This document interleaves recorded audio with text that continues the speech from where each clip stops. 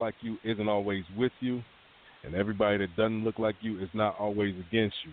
I guess that's a little maturity on my part. It took me a while to get there, but now I see us as a people and us as a collective, white, black, brown, whatever. How are we going to be able to, how is the people that are working for $7.50 an hour going to live comfortably when that the companies they work for make millions and billions of dollars? When are we going to change all of those little things, man? That's just my question right there, because it's about being. Go ahead. No, I'm saying you bring up a valid point. And it's actually interesting that you bring up the point about Kamala and everything, Kamala Harris and everything, because actually she's supposed to be the featured speaker. Every year the Durham Affairs, let's try to remember the official title. I think it's called the Durham Affairs for the Committee on Black People or something like that. But every year they have a banquet. She is the head guest of that banquet that's coming up in September. And I know I was talking to some of the leaders that are inviting her to this thing, and they actually said that is one of the questions that they're going to ask her. They're going to put her on the spot here in Durham, North Carolina, and they're going to be asking her a lot of those questions that you're talking about in terms of what she did as a prosecutor. Because, you brought up some of those things, and there have been other things as well that have been talked about, and they made it very clear to me that they are definitely going to, when they invite her, and they definitely want to hear what she's got to say, but that she can expect to hear some real rough questions that are not going to be just mild questions. So it's going to be interesting to see how that plays out and everything. And it's actually called the Durham Committee on the Affairs of Black People. That is the name of the organization I was trying to remember and make sure that I get it right and everything. But, yeah, their banquet is coming up, I want to say either September or August. Let me find out when the banquet is. But I do know that she is the featured guest. And when I talked to some of the leaders, they told me that at the Founders Day banquet, which is what that event is called, they will definitely be raising some serious questions. So it ought to be interesting to see, one, if she gets the word that's going to hit her in the chest, and two, if she deals with it and how she deals with it. The event is actually going to be on Saturday, August 24th. So we're talking about a month and a half from now.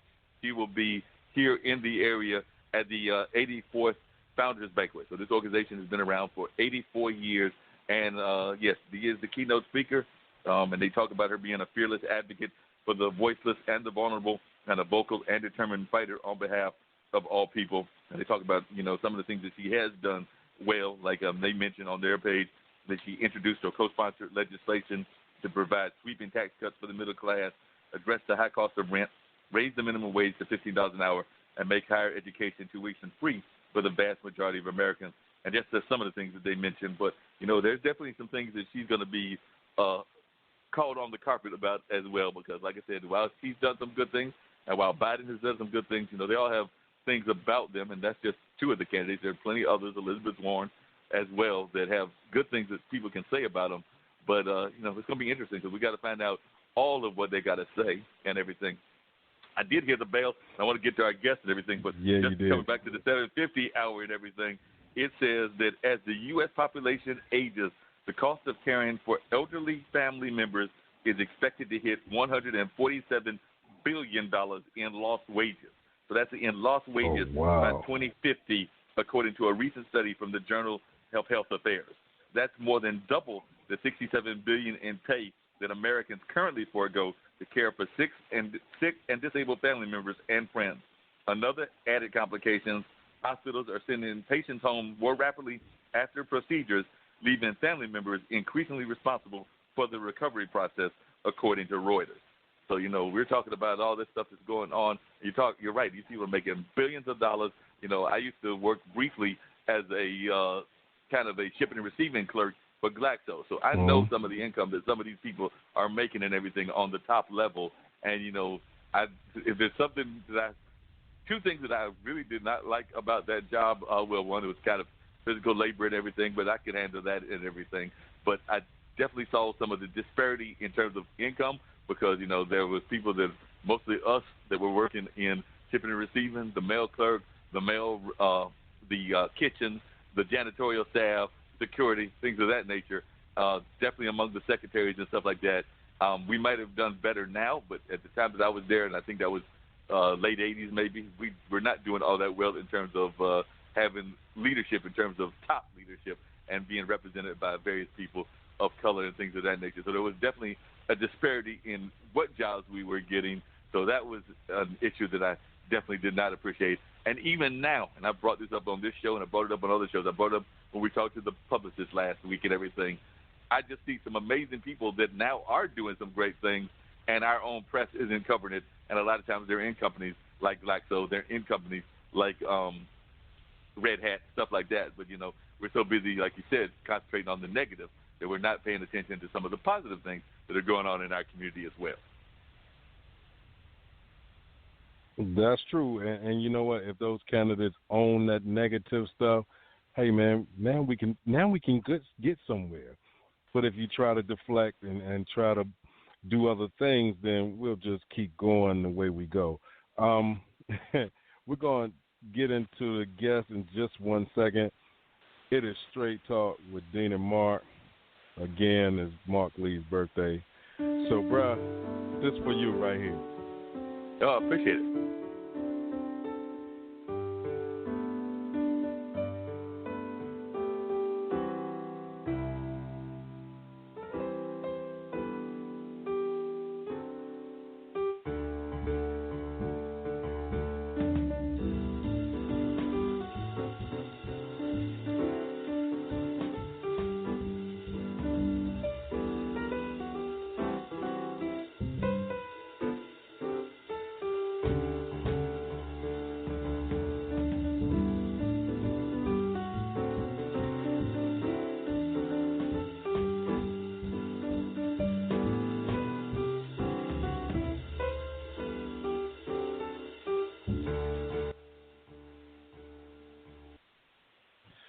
All right. Well, happy birthday, brother. That's a little jazz joint I found. Had to rock it for you for your birthday. But we're going to bring our guest in. But no problem at all, my brother. Thanks for calling Straight Talk with Dean and Mark. You are now on the line. Who is it and where you calling from? Hello, this is Lisa Mann. Hello, hey, Lisa Mann. I'm glad that you can call me, Lisa. How's everybody? Yeah, well, happy birthday. Well, thank you. I appreciate it. Yeah, you called me on my birthday, and I definitely appreciate it. Lisa Mann is a very talented blues artist. I've actually had her on my show that I do on the show in Carborough, where she called in on that. And as I told her about the podcast, I was like, I got to get you on this as well, because she is not afraid to talk about how just life in general impacted her music. And I believe she's traveling with Lara Price on the road as well. And Laura's definitely also had some stuff that impacted her music also. So, I mean, she's originally from Minnesota, and then we were talking about that because, you know, I am a diehard Vikings fan. I'm not one of those fair weather fans. I definitely started rooting for them way back during the Fran Tarkenton era, and have stayed with them. I know some people don't stay with them, and they kind of like bounce around and run away, but that's not me. I stayed with them the whole time. So definitely can relate to that. But she has spent some time in Minnesota, spent some time in West Virginia, and part of what she got her into the blues was the fact of having dealt with a father who was kind of like not the friendliest person in the world, and so that probably might have led her. Not a good man. That probably led her into the blues. I like to say I was raised by wolves, you know.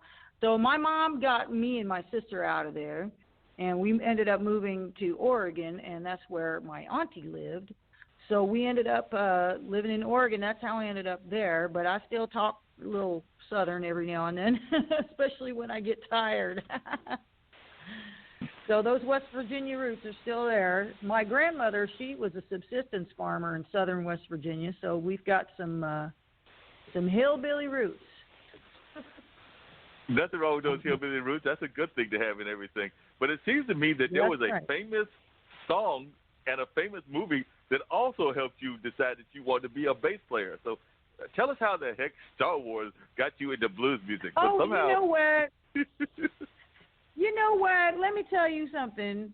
You don't know what people are going to put in your Wikipedia.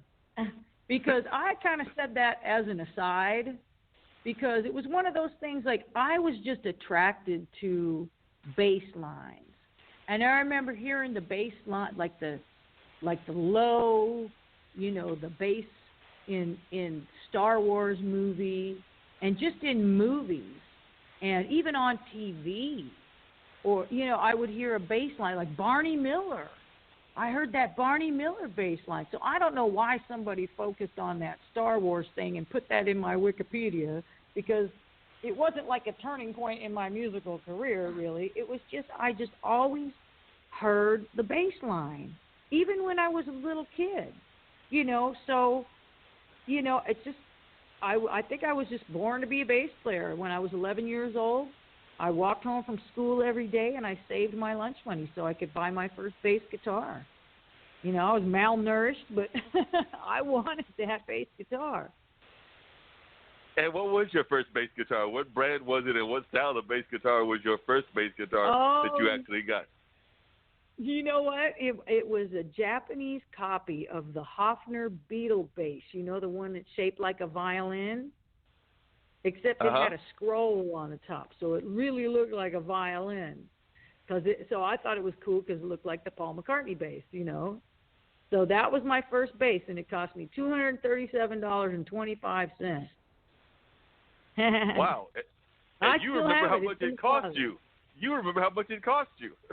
I remember eating a can of beans for lunch every day so I could buy that dang bass.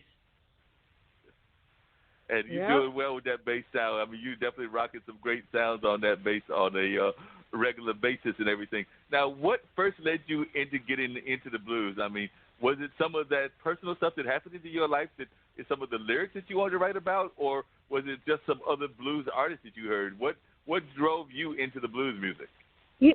I'll tell you what. When I first started playing, I was into the English bands that were influenced by blues. So I was really into Deep Purple. If there was any musical turning point for me, it was the Machine Head record. So I learned how to play those tunes. And I was also into Led Zeppelin and Cream and Black Sabbath and bands like that from England that were influenced by blues bands. Vanilla Fudge and stuff like that. So later on, I got into hard rock and heavy metal, and then I started playing top 40 when I was old enough to. Well, I wasn't old enough to be in the clubs. They made me sit in the kitchen, on my breaks. But I was playing in top 40 bands, and we played dance music, whatever was popular, So I was playing in these nightclubs, and then when I finally started playing in Portland, because I lived in Seattle for a while. There's a big rock scene up there, but that was in the 90s. And when I moved back to Portland, it's like if you're a working musician in Portland, Oregon, you better know how to play the blues. So I started playing with blues artists like Linda Hornbuckle, Sonny Hess, Paul DeLay, the late, great Paul DeLay. And when I started playing blues, I went, wait a minute, this is what I learned how to play it to begin with. These bass lines are like the same. That's where they came from, and I didn't even know it. But so it felt like coming home. Playing the blues just felt like coming home. Something that I didn't even know was in there, but it got in there by way of Jack Bruce and players like that were really into the blues, and I had no clue. Now, one of the other things that we've talked about, go ahead. Yeah, one of the other things we've talked about in the past is just how the blues has also impacted you in terms of being a lady blues artist and everything. Because I know that in our last conversation, we were talking about how, unfortunately, and you and I'm sure Laura, if she's on there in the car with you as well, can refer to this as well, don't always get the respect that y'all need to get. I mean, when I think of blues, there's some powerful blues women like Betty LaVette is still playing, the late great Coco Taylor when she was living, Shamika Copeland, who will actually be here in September in Durham, Deborah Coleman. So there's some great lady blues women that are out there, but I don't know that y'all necessarily get the respect. I mean, well, one, I don't know if the blues gets the respect.